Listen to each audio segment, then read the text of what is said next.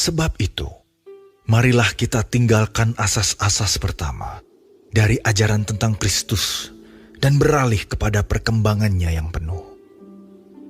Janganlah kita meletakkan lagi dasar pertobatan dari perbuatan-perbuatan yang sia-sia dan dasar kepercayaan kepada Allah, yaitu ajaran tentang pelbagai pembaptisan, penumpangan tangan, kebangkitan orang-orang mati dan hukuman kekal.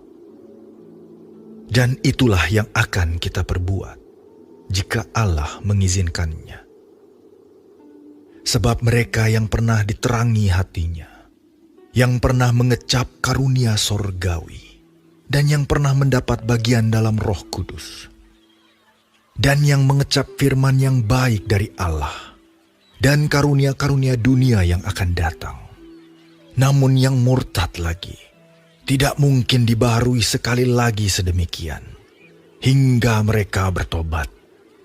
Sebab mereka menyalibkan lagi anak Allah bagi diri mereka, dan menghinanya di muka umum.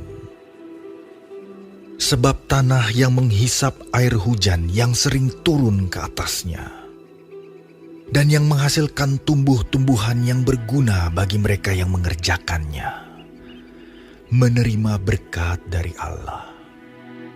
Tetapi jikalau tanah itu menghasilkan semak duri dan rumput duri, tidaklah ia berguna dan sudah dekat pada kutuk, yang berakhir dengan pembakaran. Tetapi, hai saudara-saudaraku yang kekasih, sekalipun kami berkata demikian tentang kamu, kami yakin bahwa kamu memiliki sesuatu yang lebih baik, yang mengandung keselamatan. Sebab Allah bukan tidak adil, sehingga ia lupa akan pekerjaanmu dan kasihmu, yang kamu tunjukkan terhadap namanya oleh pelayanan kamu kepada orang-orang kudus, yang masih kamu lakukan sampai sekarang. Tetapi kami ingin supaya kamu masing-masing menunjukkan kesungguhan yang sama untuk menjadikan pengharapanmu suatu milik yang pasti sampai pada akhirnya, agar kamu jangan menjadi lamban, tetapi menjadi penurut-penurut mereka yang oleh iman dan kesabaran mendapat bagian dalam apa yang dijanjikan Allah. Sebab ketika Allah memberikan janjinya kepada Abraham, ia bersumpah demi dirinya sendiri, karena tidak ada orang yang lebih tinggi daripadanya. Katanya, sesungguhnya aku akan memberkati engkau berlimpah-limpah, dan akan membuat engkau sangat banyak. Abraham menanti dengan sabar, dan dengan demikian ia memperoleh apa yang dijanjikan kepadanya. Sebab manusia bersumpah demi orang yang lebih tinggi, dan sumpah itu menjadi suatu pengokohan baginya, yang mengakhiri segala bantahan. Karena itu, untuk lebih meyakinkan mereka yang berhak menerima janji itu akan kepastian putusannya, Allah telah mengikat dirinya dengan sumpah, supaya oleh dua kenyataan yang tidak berubah-ubah, tentang mana Allah tidak mungkin berdusta, kita yang mencari perlindungan beroleh dorongan yang kuat untuk menjangkau pengharapan yang terletak di depan kita. Pengharapan itu adalah sauh yang kuat dan aman bagi jiwa kita, yang telah dilabuhkan sampai ke belakang tabir, di mana Yesus telah masuk sebagai perintis bagi kita, ketika ia, menurut peraturan Melkisedek, menjadi imam besar sampai selama-lamanya.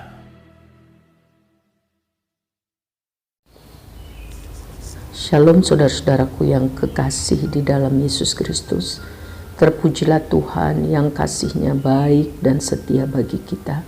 Hari ini kita masih hidup dan dapat mempelajari firman Tuhan dari Ibrani 6. Tuhan Yesus memberkati kita semua. Saudara-saudara, di ayat 1 sampai ayat yang ke-6 mencatat mengenai kemurtatan. Kemurtatan adalah tindakan meninggalkan, berkhianat, memberontak, mengundurkan diri, atau berbalik meninggalkan sesuatu yang dahulu diikuti dengan serius. Menjadi murtad berarti memutuskan hubungan keselamatan dengan Kristus atau mengundurkan diri dari persekutuan dengan Tuhan dan iman yang sejati kepadanya. Kemurtadan pribadi hanya dapat terjadi bila seseorang yang sebelumnya sudah mengalami keselamatan, kelahiran baru, pembaharuan oleh Roh Kudus, tapi akhirnya tidak lagi tinggal di dalam Kristus, dan sebagai gantinya memperbudak diri dengan dosa dan kebejatan. Alkitab memberikan peringatan kepada kita hari ini mengenai kemurtadan dan mendorong kita untuk bertekun dalam iman dan ketaatan. Langkah-langkah orang menuju kepada kemurtadan adalah pertama-tama melalui ketidakpercayaan. Tidak lagi memperhatikan dengan sungguh kebenaran, nasihat, peringatan, dan janji serta ajaran firman Tuhan. Lalu melihat kenyataan dunia yang semakin hari semakin realistis dibandingkan dengan janji dari firman Tuhan yang belum kelihatan, yang belum datang, sehingga secara berangsur-angsur mereka berhenti menghampiri Tuhan, tidak lagi percaya kepada firman Tuhan, tidak lagi berdoa dengan sungguh kepada Tuhan Yesus Kristus. Dan melalui kelicikan dosa, akhirnya orang yang tadinya percaya itu makin toleran terhadap dosa. Dalam kehidupan mereka, mereka tidak lagi mengasihi sungguh-sungguh yang benar, yang adil, dan tidak lagi sungguh-sungguh membenci yang namanya dosa dan kefasikan. Dan karena degil atau bebal menolak jalan Tuhan yang berkali-kali sudah disampaikan melalui firman Tuhan dan nasihat orang yang benar, mengabaikan suara dan teguran Roh Kudus. Akibatnya Roh Kudus didukakan dan akhirnya Roh Kudus meninggalkan orang yang dulunya percaya. Dan kalau kemurtadan itu berjalan terus, orang yang tadinya percaya itu akhirnya mencapai titik di mana mereka tidak dapat kesempatan lagi untuk kembali kepada Tuhan. Orang yang pernah mengalami keselamatan dan semua anugerah yang baik dari Tuhan, namun dengan sengaja dan terus-menerus mengeraskan hati terhadap suara Roh Kudus, terus berdosa dengan sengaja, tidak mau bertobat dan berbalik lagi dengan sungguh kepada Tuhan, tidak mungkin bertobat dan tidak akan menerima keselamatan. Tercatat di dalam Ibrani 6 ayat 4-6. Jadi kita lihat bahwa kesabaran Tuhan ada batasnya. Satu-satunya cara untuk kita tidak terjerumus ke dalam kemurtadan yaitu supaya kita sungguh-sungguh mendengar suara Tuhan dan jangan mengeraskan hati. Ibrani 3 ayat 7-8. Kemurtadan adalah bahaya bagi orang percaya yang mulai tidak sungguh di dalam iman, mulai tidak setia kepada Tuhan, dan sengaja atau terus-menerus memilih mendukakan hati Tuhan, hidup dalam dosa. Orang yang menjauhkan diri dari Tuhan, hatinya tidak percaya, mungkin mereka berpikir masih Kristen, namun hidup tidak acuh, tidak peduli kepada firman Tuhan dan tuntunan firman Tuhan, serta peringatan Roh Kudus di dalam hatinya. Alkitab akan menunjukkan bahwa ada kemungkinan penipuan diri, ya. Aku masih selamat, aku masih Kristen, aku pasti tetap menjadi anak Allah. Rasul Paulus di dalam 2 Korintus 13 ayat 5 mengatakan, untuk menguji diri kita sendiri apakah kita masih tetap tegak dalam iman atau tidak. Kita diajak untuk menyelidiki diri kita sendiri, mengevaluasi diri setiap hari.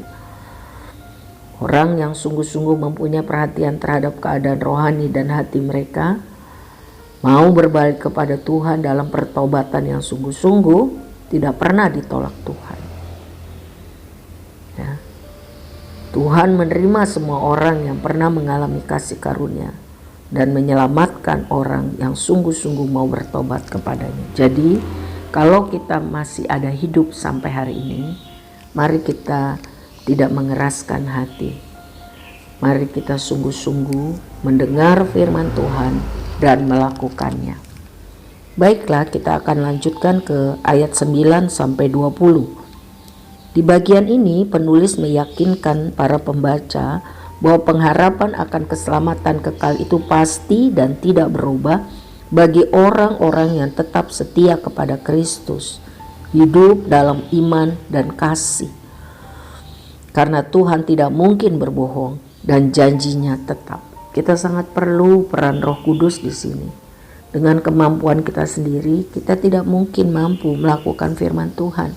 Kita tidak mungkin bisa mengasihi orang-orang yang sulit, yang tidak baik, yang ada di sekitar hidup kita.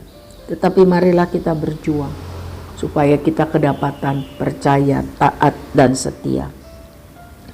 Saudara-saudara, kejujuran Allah bukan saja berlaku untuk janjinya kepada Abraham, tetapi juga untuk semua firman-Nya dalam Alkitab.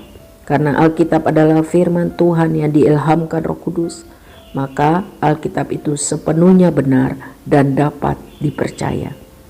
Kebenaran firman Tuhan terkandung dalam tiap kata, tiap kalimat di dalam Alkitab itu sendiri.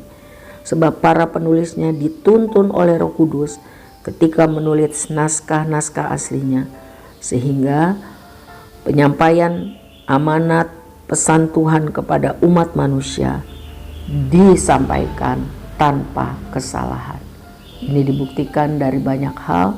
Marilah kita sungguh-sungguh setia mendengar, membaca firman Tuhan setiap hari dan melakukannya. Roh Kudus adalah kawan yang setia, memampukan, menolong kita untuk bisa mampu melakukan firman Tuhan dalam hidup kita sehari-hari. Amin. Tuhan Yesus memberkati saya dan saudara untuk setia sampai akhir. Amin.